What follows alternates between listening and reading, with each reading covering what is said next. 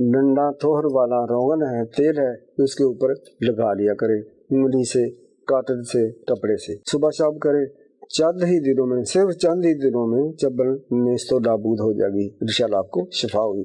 जो कि बड़े बड़े नुस्खों से, खारे से चब्बल नहीं जाती, इस दुआ से।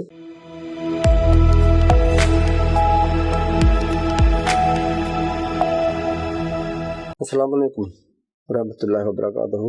अल्लाह करीम का शुक्र अदा किया करें व्यूअर्स, जिसने आपको तंदुरुस्ती, माल, ईमान, इस्लाम दिया, इंसान बनाया, मुसलमान बनाया, कलमा गो बनाया, नबी पाक सल्लल्लाहु अलैहि वसल्लम की उम्मत से बनाया। हम अल्लाह करीम का ये एहसान जितला ही नहीं सकते, शुक्रिया अदा नहीं कर सकते। अगर कोई छोटी मोटी बीमारी आ गई है, उस पर सब्र किया करें, इलाज किया करें, अल्लाह से दुआ किया करें, इंशाअल्लाह सेहत होगी, शिफा होगी। चम्बल का बेहतरीन नुस्खा पेश करता हूँ, चम्बल का नुस्खा, ठीक है। इसके सिर्फ 2 जुज़ हैं, इस नुस्खे के सिर्फ 2 जुज़ हैं, सरसों का तेल और थोर का डंडा।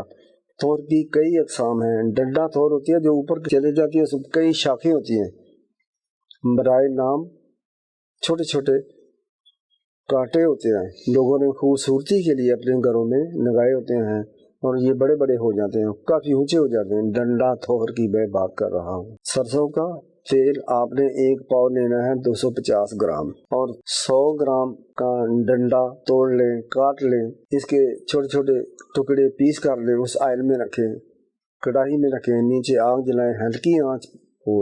जब थोर का डंडा वो पीस शुदा जो है वो जल जाए, काले स्याह हो जाए, बाआस्तगी उसको निकालें, कपड़े में से उसको तेल को गुजार लें, ठंडा करें, शीशे में भरें। जिस जगह भी आपको चंबल है, ठीक है, कपड़े से रगड़ कर उस जगह को साफ कर लें। और फिर उसके ऊपर अगर आपके पास, अगर आपको नीम का दरख्त मैसर है, दरेक का दरख्त मैसर है, उसके पत्ते लें, थोड़े से पानी में जोश दें, उस पानी से उस चंबल वाली जगह को नोएं, फिर खुश्क करें।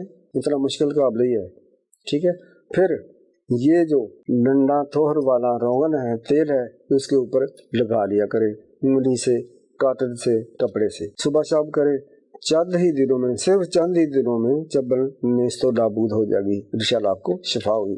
जो कि बड़े बड़े नुस्खों से, खारे से चंबल नहीं जाती, इस दुआ से, इस दुआ के लगाने से इंशाअल्लाह चंबल खत्म हो जाती है।